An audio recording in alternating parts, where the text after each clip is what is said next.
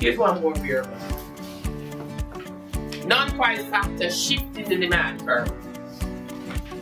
And this one is the price of related goods. So the price of related goods. Now there are certain goods and services that have a relationship with each other. Price for Pepsi, and here is the demand for Pepsi. Coke and Pepsi, let's set that up. Now remember, when you see the price variable, be very careful. If it's not the good in question, you need to be shifting the curve. So listen, that is the market for Pepsi. I am going to argue Pepsi and Coca-Cola are clean substitutes. Use one in place of the other. Suppose you go in the store and now the price of Coca-Cola is now more expensive. How does that impact the Pepsi market if Coca-Cola is now more expensive? Very good. Everybody agrees? If the Coca-Cola gets expensive and it's either or, Coca-Cola is more expensive, then you're going to buy more Pepsi. So we would shift it to the right. This is where the price of Coca-Cola has gone up. That's how substitutes work.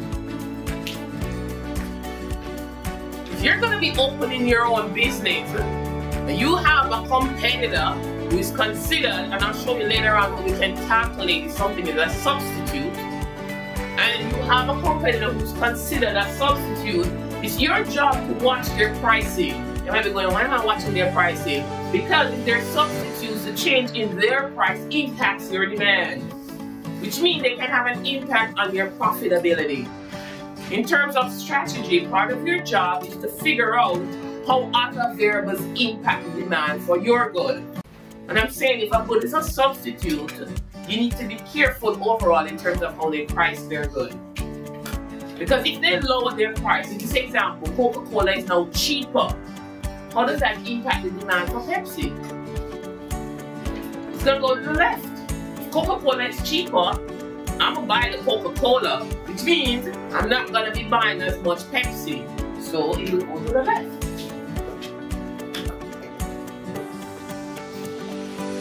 This is when the price of Coca-Cola went down. So maybe in terms of strategy, if they offer a sale, you got to be very careful. A competitor is a substitute. You're doing something in terms of a sale or lower price, you better be ready from a strategy standpoint. That's one relationship. Goods could be substitutes, they're used in place of each other. The other thing that could happen is this.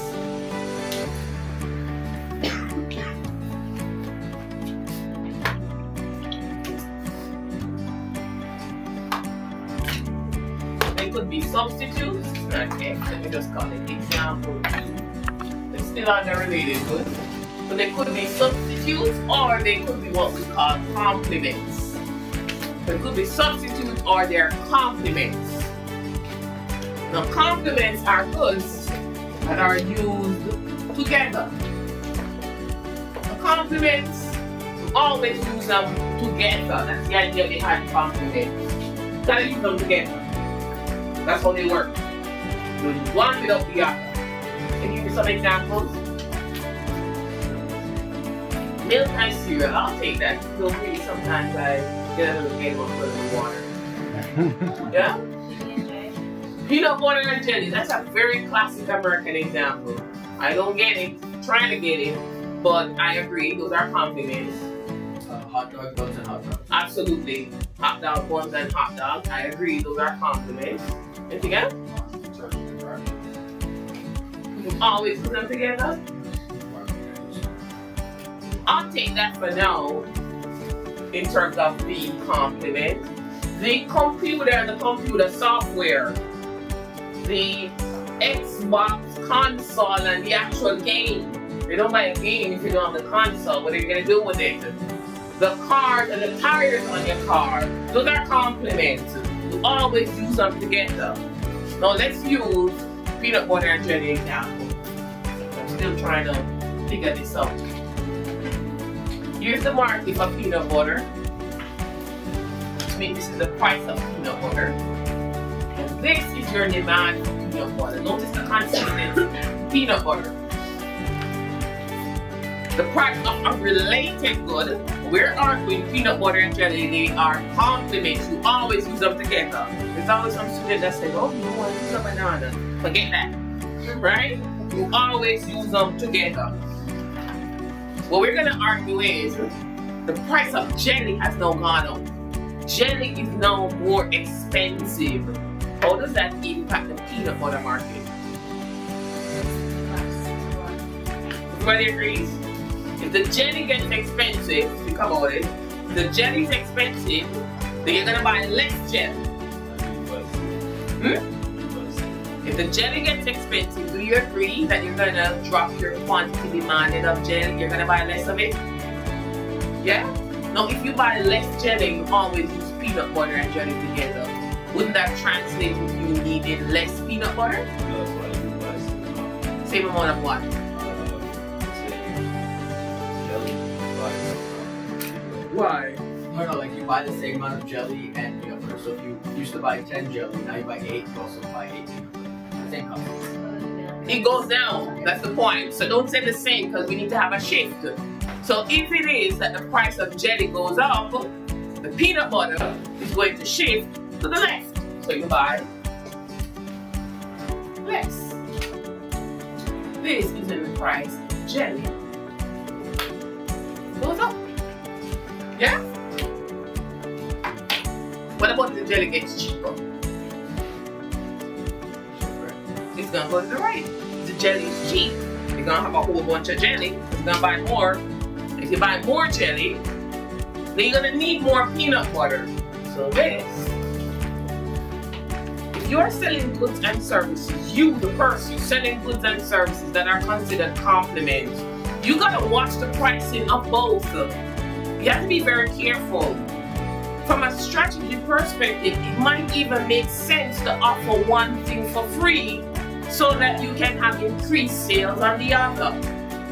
So guys, that's shade. I know guys not shade is always a thing. But for guys not that shade, what is expensive on that equipment that used to shade? Is it the actual tool itself? Is that expensive? What's expensive? The razors, yeah? They could give you the tool for free. You can't do anything with it. So they can actually give that to you for free. Give it to you for free, you need the razor. When you have compliments, you have to be very careful about how you price things. But if you overprice one, you might cannibalize the sales of the other. I remember, I don't know if you guys were around, you should be around. But you know this company called Apple, right? I remember when they came out with a particular device that changed the market completely. There's a little bit of sense in terms of how complements work. They came up with a particular device, and they also had, in my estimation, a complement associated with that. Well, they had two options when they came up with these two things. They could sell the device very expensively, and also sell the particular technology associated with the device. What they chose to do instead was offer the particular technology almost free. Go download it, get it free. But by doing that, you have to then buy that particular device to use the technology. Fast forward to today, and the market I'm talking about is the MP3 player. Yeah? The iPod. I know they have a lot of i stuff now. But I'm talking specifically about the iPod. It just came out. Oh, it was so cool. No, it was a little scan bit. You see what I'm talking about? You could plug it in like one of those little scan bits, flash drive. I thought that was so cool with mine, with all of my 200 songs. But before, how we consume music was, if you were like me, I'm always driving and I'm listening to the radio. And I'm like, who is this singing? Oh, Fetty Wap.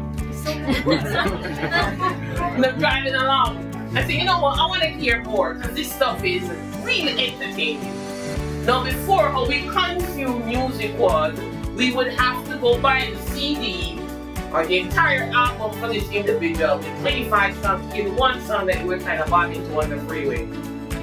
Now, they come with this technology, and I'm talking about the iTunes library that just came up, kind of revolutionized the way we consume music. Because now you could just buy one song for 99 cents. Now today it's what, 129? So back then it was 99 cents, one song. But to buy it on this free technology for 99 cents, you needed the piece of equipment. Now again, remember they had two options. They could say, if you want this technology and buy songs for 99 cents, well, I'm going to charge you a one-time download fee of $150. But they were smart. It's understanding how compliments work. Almost offering it free because they weren't interested in that per se. They wanted to sell the iPod. Again, from a strategy perspective, you need to know how these things work. Okay? These are some of the popular variables that can affect demand. There are lots more, but let us give examples of some of the popular variables that affect demand.